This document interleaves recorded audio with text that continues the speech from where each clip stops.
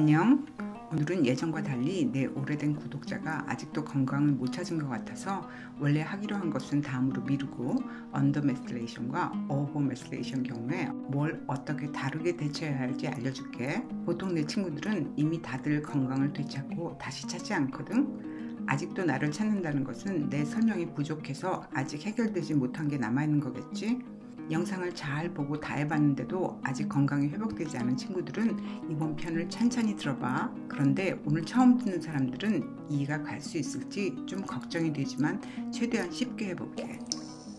메슬레이션은 왜 이렇게 중요하지? 메슬레이션은 수소 3개와 탄소 하나로 이루어진 메실 그룹, 이 작은 분자가 DNA나 단백질에 붙어서 일어나는 화학 반응이거든. 예를 들면 사이토신에 메실 그룹이 붙어서 메실 사이토신이 되는 건데, 셈이라고 불리는 세다노신 머사이언인에는 메실 그룹이 붙어 있거든.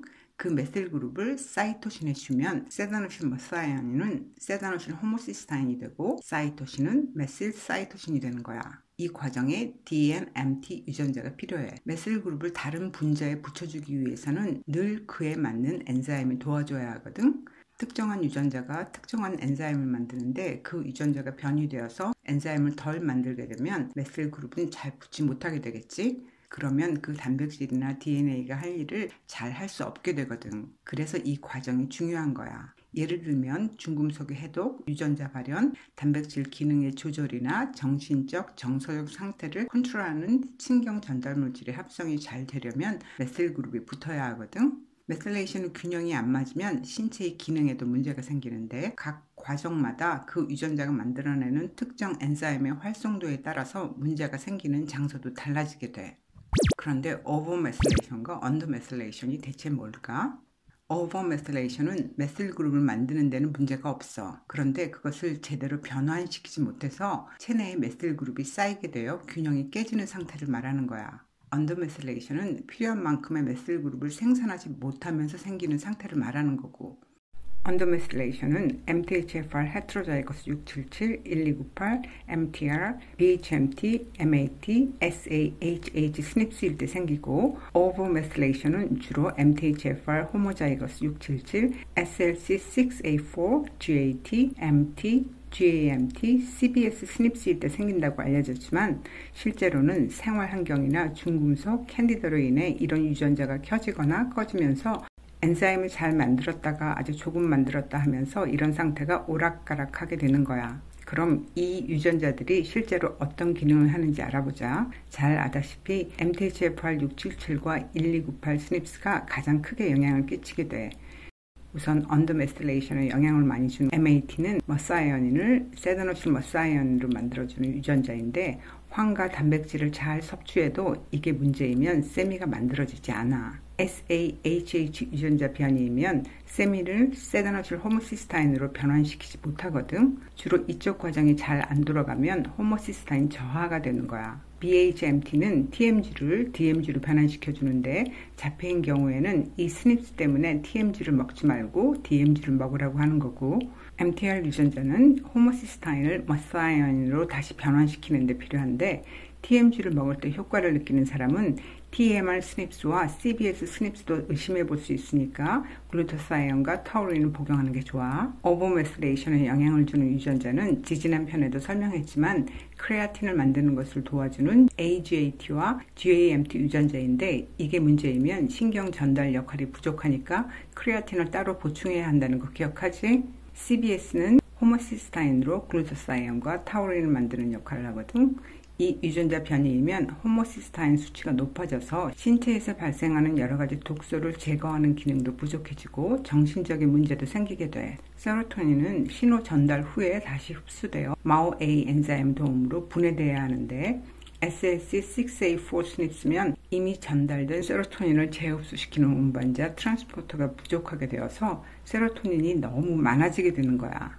세로토닌이 모자라도 우울증과 같은 여러 병증이 생기지만 너무 많을 때도 많은 증상이 생기게 되거든. MT는 메탈로사이아닌을 만드는 유전자인데 메탈로사이아닌은 구리대사에 아주 중요한 역할을 하는 거라고 유전자 이상편에서 설명했던 거 기억나는지 모르겠네. 이게 가장 중요하니까 뒤에서 다시 설명할게.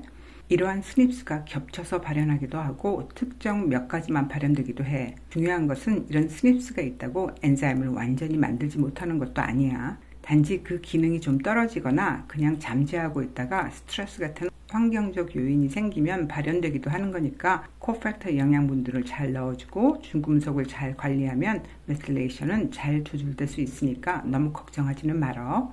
이런 언더메실레이션을 만드는 시기적 요인의 첫째는 채식주의야. 그리고 편식으로 인한 영양분 부족이나 히스타민이나 타이라민이 많은 음식을 습관적으로 너무 많이 먹을 때 이런 스닙스가 발현되기 시작하거든. 이런 요소에 술을 너무 많이 마시거나 야채를 먹지 않아 엽산 부족까지 되고 환경 독소, 특히 비스페놀 A나 장기간 에스트로겐에 노출되고 급성 만성 스트레스까지 있다면 오버메실레이션을 만드는 스닙스의 스위치가 켜지는 거거든. 오버메실레이션은 공포증, 공황장애를 만들고 언더메실레이션은 만성 우울증을 만들고 완벽주의적 성향을 나타내. 오버메실레이션은 과잉 행동장애와 자해를 만들고 언더메실레이션은 사회 질서의 비판적인 성향이 나타나거든. 오버의 경우에는 성욕이 없어지고 몸에 털이 많아지고 언더이면 성욕은 높아지고 체모는 줄어들게 돼. 자살 성향과 중독증, 공포증도 나타나고 완벽주의 성향과 함께 강박적인 증상과 누군가 병을 지적하면 강하게 부정하는 성향도 나타나고 말투도 단호해. 오버메실레이션은 안구나 구강이 건조해지고 우울증과 불면증, 주로 ADD와 OCD도 나타나. 언더메실레이션은 주로 편식을 하고 시즈널 알러지와 잦은 두통, 심한 편두통이 나타나는데 오버메실레이션은 에스트로겐 불내증, 항히스타민 불내증, 음식과 화학물질의 민감성이 나타나기도 해. 내가 올린 영상들은 거의 모두 이런 것들과 관계된 것이니까 자신이 오버메실레이션이라고 생각되면 내 영상 중에 호르몬 불균형과 에스트로겐 과잉 영상을 보고 꼭 고치도록 해. 하지만 단순 시즈널 알러지는 나타나지 않아. 그리고 거의 대부분이 구리 중독이야. 진단하는 방법은 세로토닌 수치가 200 이상이면 과잉 메실레이션이고 히스타민 수치가 70 이상이면 언더메실레이션, 40 이하면 오버메실레이션이야. 자폐의 98%는 언더메실레이션이야. 반사회적 성격장애의 95%, 정신분열증의 90%, 반항행동장애의 85%, 거식증의 92%도 다 저하된 상태이고 저하로 인한 우울증은 38% 정도 돼. 그런데 공황, 편집적 정신분열의 경우는 오버메실레이션이 많고 ADHD, 행동장애, 우울증도 오버메실레이션 상태이니까 정확한 검사를 통해서만 치료 플랜을 짤 수 있어. 크립토파이롤 검사에서 16 이상이면 과잉 파이롤이거든. 이것 때문에 메실레이션 과잉이라면 P5, P타입의 B6와 아연, 마그네슘을 먹으면 쉽게 고칠 수가 있어. 그리고 아연 플라스마 검사에서 수치가 너무 낮거나 구리 세럼 검사에서 구리 농도가 너무 높다면 메실레이션 과잉이야. 셀룰러 플라스민은 구리를 전달하는 역할을 하는데 이것이 너무 모자라면 구리가 간에 쌓이기만 하고 사용되지는 못해. 그러면 간에는 구리가 많아도 몸에는 구리 부족인 윌슨병이 생기는 거야. 이 병은 셀룰러 플라스민 전달 스닙스거든. 윌슨병까지는 아니더라도 과잉 메실레이션은 셀룰러 플라스민 수치도 낮아. 메실레이션 저하인 경우에는 세로토닌 수치가 낮아서 생기는 병이니까 세로토닌 재흡수 억제제나 항우울제, 항히스타민 제제 같은 약물을 사용해도 되지만 거꾸로 우울감을 만드는 약물을 사용해서는 절대 안 돼. 반대로 메실레이션 과잉은 세로토닌 수치가 너무 높으니까 SSRI나 항우울제를 사용해서는 안 되고 이미 히스타민 수치가 너무 낮기 때문에 항히스타민 제제를 사용하면 안 돼. 그리고 머사이아닌을 변환시킬 수 없으니까 셈이나 머사이아닌 양을 늘려서는 안 되고 트리토판, 피나알라닌 같은 세로토닌, 도파민 수치를 높이는 것을 복용해서는 안 돼. 마찬가지로 아시아간다, 홍삼, 적외선 사우나 같은 것으로 세로토닌 수치를 더 높여서도 안 돼. 언더메실레이션에는 메가도스, 메실폴레이트, 메실코발라민, B2, B6, 마그네슘, 아연이 기본이고 히스타민 제거를 위해서 칼슘 섭취도 중요해. 그뿐만 아니라 트레이스 미네랄, 망간, 크로미움, 몰리브데넘, 보론, 바나디움 같은 미세 미네랄도 필요하고 히스타민 편에서 설명한 다오와 콜세틴도 도움이 돼. 히스타민 문제는 다른 영상에서 찾아보고 정상화시켜야 해. 메실레이션 과잉에는 메실폴레이트, 메실코발라민, 나이아신, 낙, 글루타사이언, 타우린도 도움이 되거든. 과잉인 경우에는 주로 구리 중독이 원인이기 때문에 아연과 구리의 비율을 맞추기 위해서 메탈로사이언인의 합성과 재활성을 도와주는 영양성분들이 필요하거든.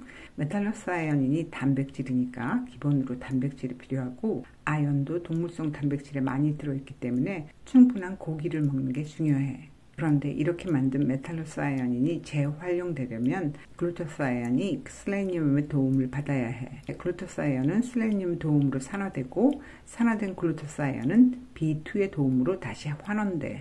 우리가 따로 글루타사이언을 먹더라도 잘 활용시키기 위해서는 셀레늄과 B2가 필요한 거야. 그런데 이런 미세미네랄은 따로 먹을 필요는 없고 고기나 계란을 매일 먹으면 자연스럽게 섭취되는 거야. 그래서 채식주의가 문제인 거지.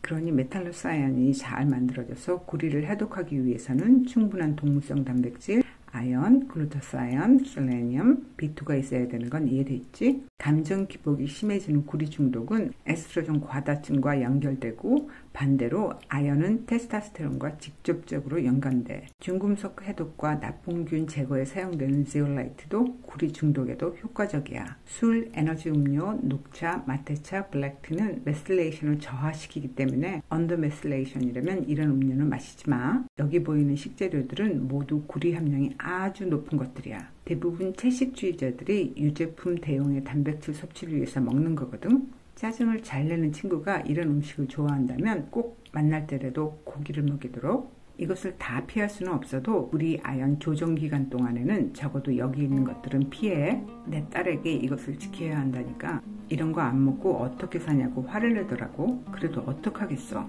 유전자는 바꾸지 못해도 제정신으로 살 수 있도록 적어도 구리 중독만은 피해보자고. 사랑하는 내 친구들 또 잔소리해서 슬프고 미안해. 안녕.